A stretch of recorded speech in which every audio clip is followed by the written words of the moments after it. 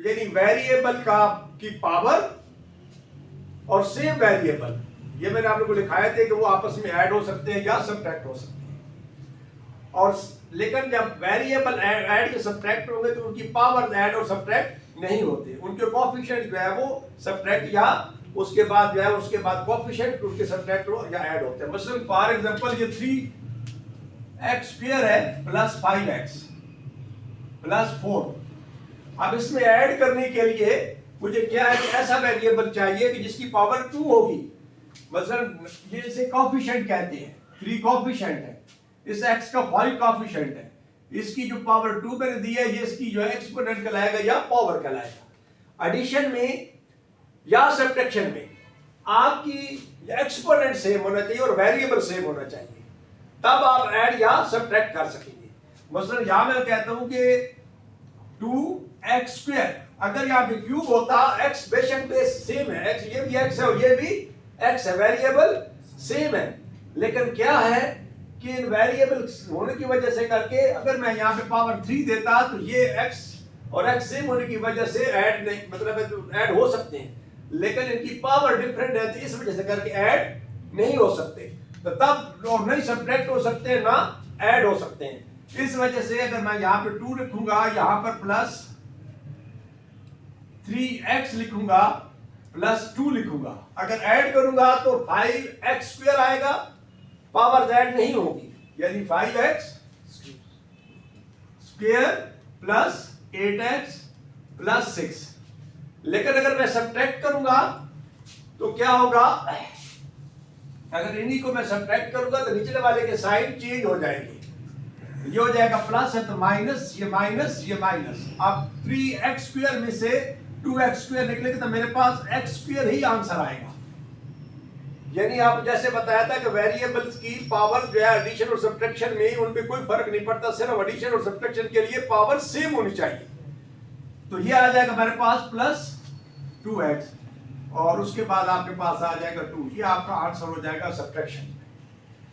अब मैं जिस तरफ लेकर चुका, मैंने इसलिए जल्दी गुजर रहा हूं क्योंकि आप लोगों को मैंने करवाया हुआ था, तो जो नए स्टूडेंट हैं ताकि उनका भी एक इस किस्म का कांसेप्ट थोड़ा सा क्लियर हो जाएगा। अब हमने आते हैं इसके ऊपर इक्वेशंस के ऊपर।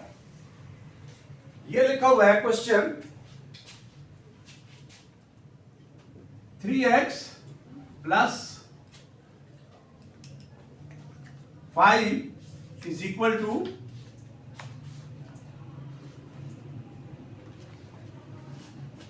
11। Find the value of x, ये लिखा होगा find x will be equal to, तो क्या आपका आंसर है? ये सिंपल क्वेश्चन है।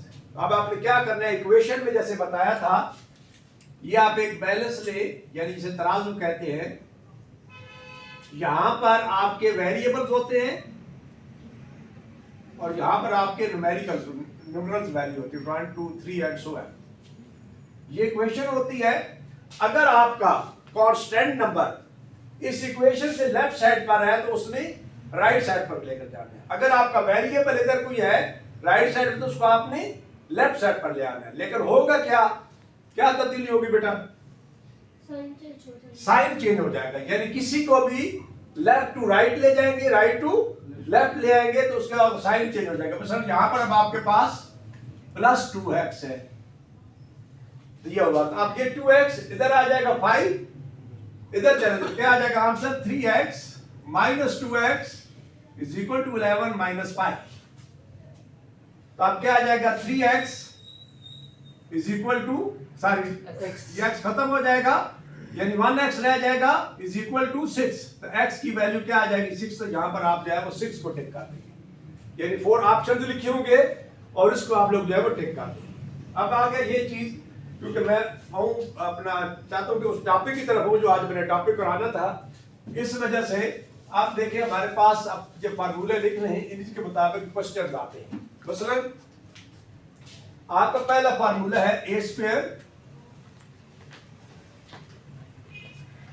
Minus b²। फिर इसी पैटर्न के मैंने क्वेश्चन कराने हैं, तो ये आपके पास आ जाएगा a² minus 2, sorry a plus b minus b। a minus b into a plus B,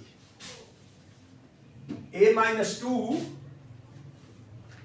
sorry a minus b into a plus b, ये आपका आंसर है।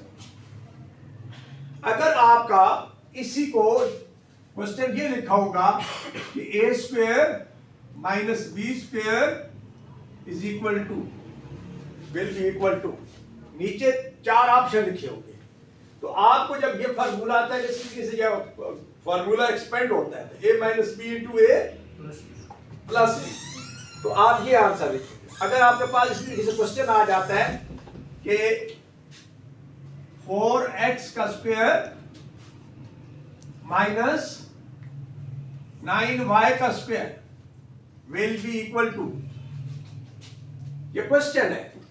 आप लोग ये पेपर में ऐसे हैं, सिंगल पेपर में आते हैं और उसके बाद बाकी भी जो पेपर अवेलेबल होते हैं उसमें ये आते हैं। अब आप इस वजह से करके मैं ताकि आप लोगों को उस पॉइंट की तरफ हो, आप इसको फर्स्ट ऑफ ऑल आपने इस फॉर्म में इसको लिखना है।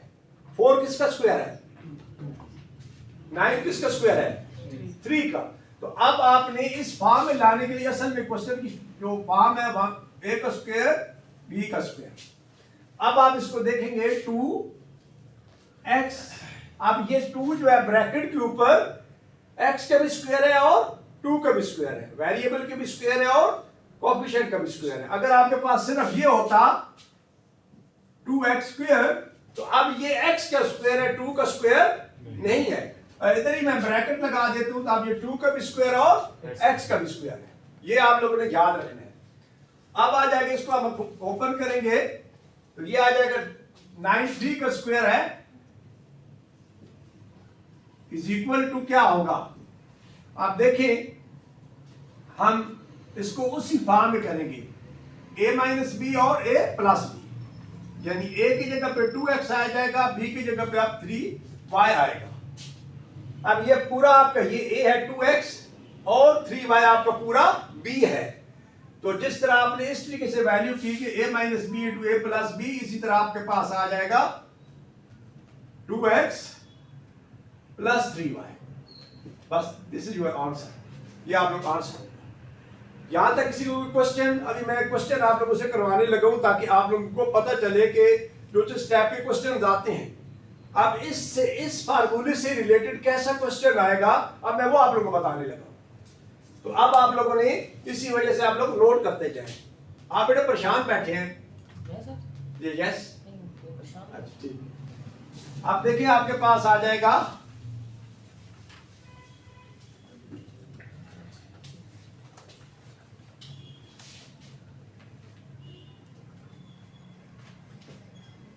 x square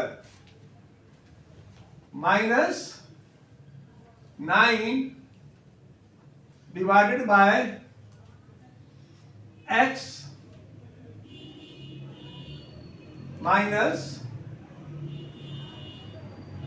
2 minus 3 is equal to 7. Then find the value of x की वैल्यू फाइंड करें। तो अब क्या है कि अब आपको पता है कि ये अब आपका क्या है, x स्क्वायर माइनस 9 किसका स्क्वायर है, a square minus b square की फॉर्म में। तो इसको उस तरीके से करेंगे तो क्या आ जाएगा, x माइनस x का स्क्वायर माइनस 3 का square upon x minus 3 is equal to 7। अब इसको जब ओपन करेंगे तो क्या आ जाएगा आपका x minus 3 into x plus 3 upon x minus 3 is equal to 7। अब आपका x माइनस 3 x माइनस से 3 से कैंसिल हो जाएगा, तो आपके पास आंसर आ जाएगा x plus 3 is equal to 7, then x is equal to 7 minus 3, then x is equal to 5, sorry x is equal to 4। It's mean आपकी जो क्वेश्चन दिया था कि x की वैल्यू क्या होगी, तो जो आपका आंसर 4 आ गया।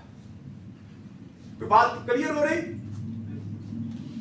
तो ये इस तरह के क्वेश्चन आएंगे, आपने इस तरह के क्वेश्चन को ऐसे सॉल्व करना है। इसके बाद नेक्स्ट जो फार्मूला है, जिस फार्मूले से रिलेटेड क्वेश्चंस आए हुए भी हैं और क्वेश्चन आते हैं, इस वजह से मैंने आप लोगों को कहा है कि आप लोग बेशक नोट भी करें और उसके बाद इस तरीके से करके जो आप देखेंगे, ताकि आप लोगों को रिलेटेड उस टाइम के मुताबिक आप लोगों को क्वेश्चन इंशाल्लाह आप देखेंगे पेपर पे इसी तरीके से क्वेश्चन आए हुए हैं। अब आ जाता है हमारे पास नेक्स्ट फार्मूला, जिससे रिलेटेड क्वेश्चंस आएंगे। जैसे इक्वेशन मैंने आप लोगों को बताई थी, इक्वेशन को सॉल्व करने के लिए अब आता है हमारे पास x cube minus y cube is equal to x minus y into x का square plus x y plus y square. जब इस इक्वेशन को ओपन करेंगे तो आपके पास आ जाएगा x माइनस वाई एक्स का square plus x y plus y square. यहां पर आपके पास आ सकता है a cube minus b cube, वो ओपन करेंगे तो a minus b a square plus a b plus b square. अगर आपका यहां पर प्लस है तो फिर यहां पर माइनस आएगा, इधर प्लस आएगा, इधर प्लस आएगा। यानी ये फार्मूला आपके पास x cube plus y cube is equal to x plus y x square minus x y plus y square, ये आएगा। यानी यहां पर माइनस था तो यहां पर प्लस आया, यहां पर अब प्लस है तो इसमें क्या आएगा, माइनस आएगा। अब हम क्वेश्चन करते हैं बेटा इसी तरीके से करके, ताकि आप लोगों का ज्यादा तक हमारे ये सिलेबस आज का टॉपिक जो है वो जो किया था पहले क्लास हुई थी। जैसे सर यहाँ वाई स्क्वायर के पीछे प्लस आएगा या माइनस आएगा? ये वाला, इसके बाद वाला ये प्लस है। आपको मैंने पहले बताया था कि चेंजिंग यहां पर होनी है ए बी में। ठीक है, जब आपका यहां पर माइनस होगा इधर प्लस प्लस आएगा, या जब यहां पर आपका प्लस होगा तो यहां पर क्या आएगा, माइनस आएगा। ठीक है, बाकी वो सेम रहने हैं, बाकी में साइन की तब्दीली जिस तरह a प्लस बी का whole square a minus b का whole square a square minus 2ab plus b square आएगा। जब a प्लस b का होल स्क्वायर है तो a square plus 2ab plus b square आएगा। ये विदाउट ब्रैकेट है फार्मूला, ये ब्रैकेट में ऊपर होगा। जब ये फार्मूला ब्रैकेट में होगा तो फिर आपका विदाउट ब्रैकेट जो है वो फार्मूला ऊपर होगा। ये उसको हम आगे देखेंगे। आप देखिए हमारे पास क्वेश्चंस है x cube minus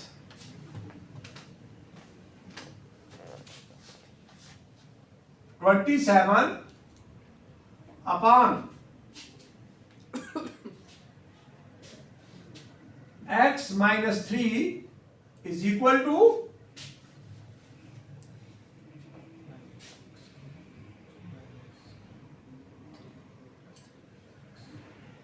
is equal to 17.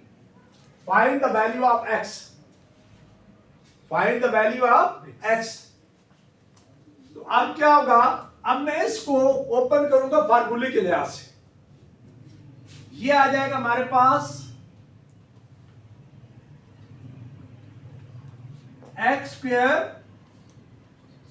Plus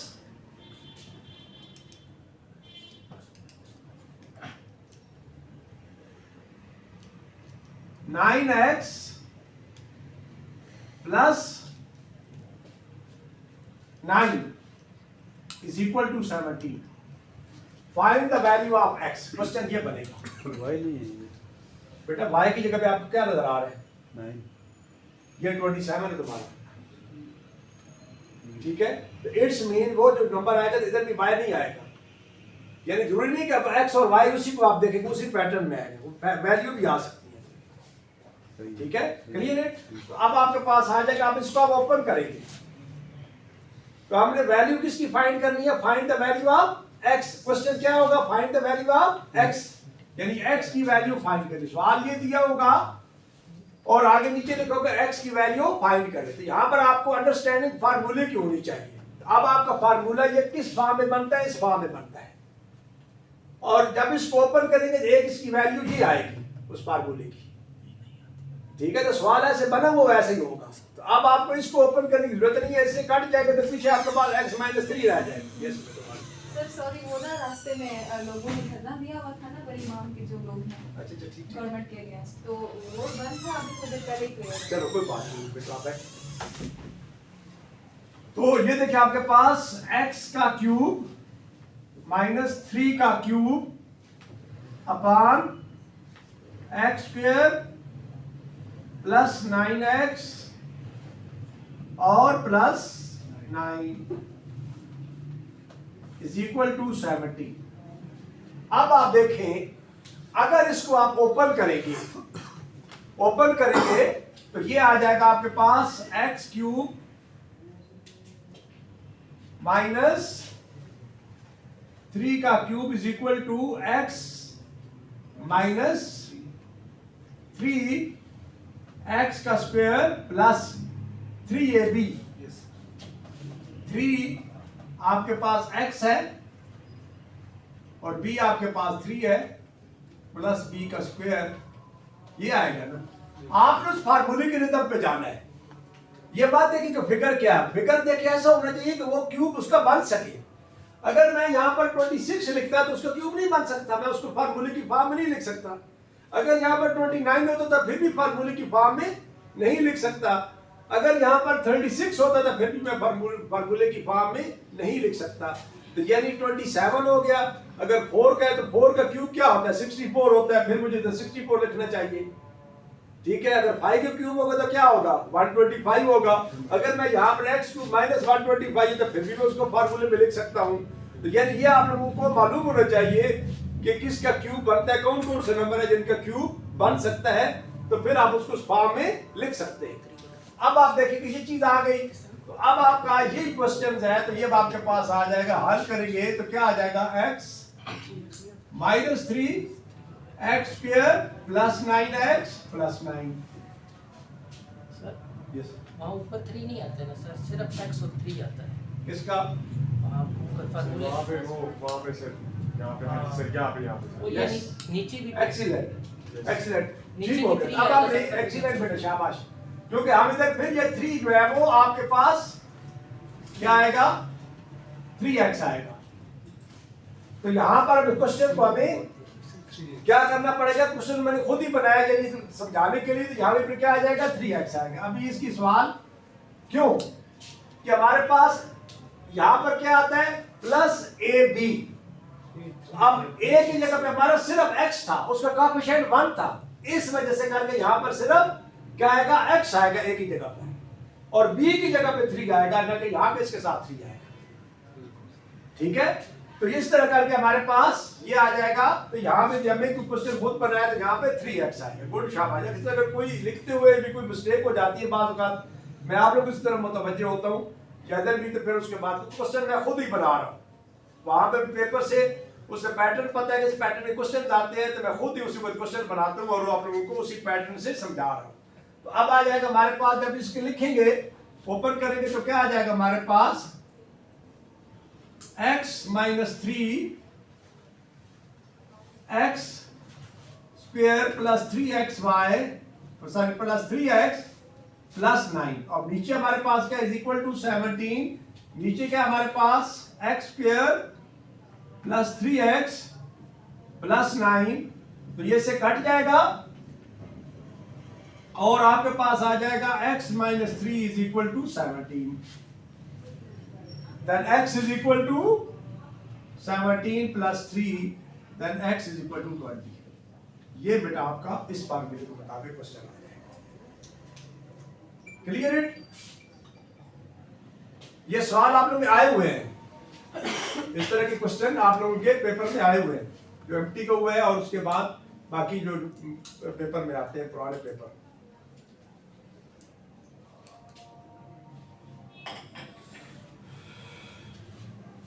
note कर लिए जी सर। अब आप लोगों का